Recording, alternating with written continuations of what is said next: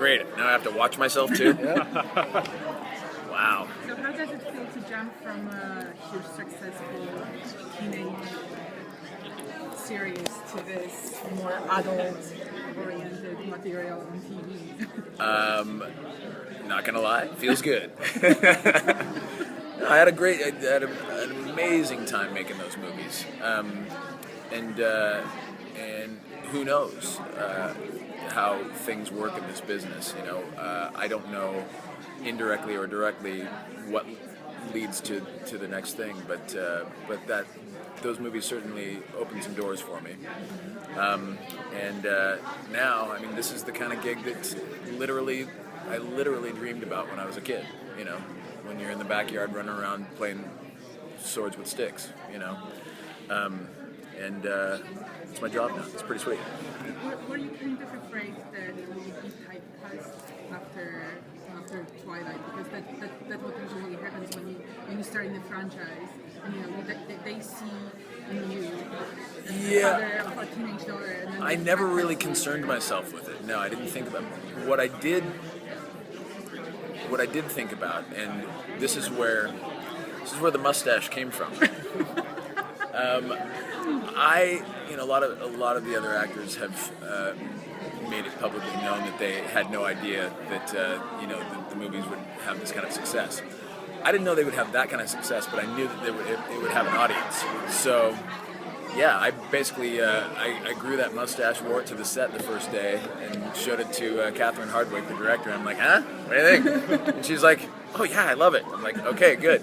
But that was created so that once these movies were over with, if I got rid of it, maybe there wouldn't be that attachment. You know. So you get on a serialized show like this, you get the new script and you read it. What's the first discussion you have with someone? Do you talk to your other cast members saying, like, "Oh, do you see what's happening this week?" Or do you talk to the director? Or? What was weird is I didn't really even get the script until maybe it was a week before we started shooting or something like that. I initially had a sit down with Eric Kripke and Favreau, who directed the pilot, and they were sort of telling me about this world, and at that point pitching me on this character of Bass, which I was originally hired to play, and. I had a completely different viewpoint having gone into it playing that character, and then a week later they told me, oh, guess what, you're gonna be playing Hans. So for me it was just there wasn't a whole lot of time for discussion about anything. You know? But as the shooting goes on, like when you get a new script in the series, who's the first person you talk to about it?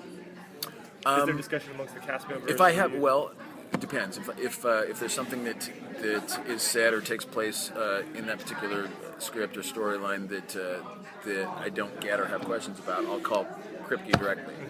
But amongst cast members, unless something really unexpected comes up, which it tends to from time to time, there's not a whole lot of discussion between the cast about it until we actually get on the set and start shooting the scenes. Huh.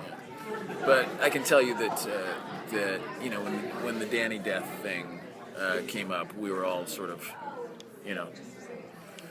thrown sideways a little bit with that one. We knew it was coming at some point. Not him in particular, but we knew that there was going to be some people not making it through the season. So Miles seems to have like this romantic past with Rachel. Yeah. And are we? I don't know if you'd call it romantic. I don't know.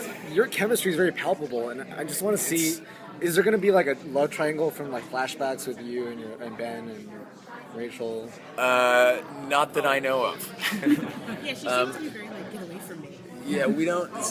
The thing is that we don't really paint a clear picture of what happened with them in the past. Yeah. We know that perhaps it's something neither one of them are proud of, but we'll start to explore that dynamic in these coming episodes. And now that Miles and Rachel are sort of forced to work together to defeat the powers that be, you'll see a little bit of a little crackle here and there. When do you head back to North Carolina? What time is it? You're filming already? Oh yeah, we're just at the end of the season. Right Oh, now. okay. You're still filming season 1. Yes. Oh, okay. We're shooting the season finale right now. Oh, okay. So I'll be on a plane actually I'm getting on a plane tomorrow morning. What would be the thing that you would be hard for you to get rid of once the power would be switched off in the world? My best answer for that is recorded music. I just don't know what I could get along pretty easily without a television or a telephone for that matter, because telephones do nothing but annoy me most of the time. But to not have recorded music would be pretty tough. Miles seemed to stay to get Danny, or that he felt obligated. But what's his obligation now to stick around? Well, his obligation now is to defeat the Monroe militia, and he never wanted to be on that quest to begin with. Yeah. You know. So once he was brought back into the fight, now his hand is forced, and he's got no choice, because he realizes that there are bigger things to care about than himself, and now he does feel the obligation of helping this band of losers, in his mind, helping this band of losers defeat the powers that be. He didn't want to have to do that, but now he's forced to. Is that all we got? All right, cool.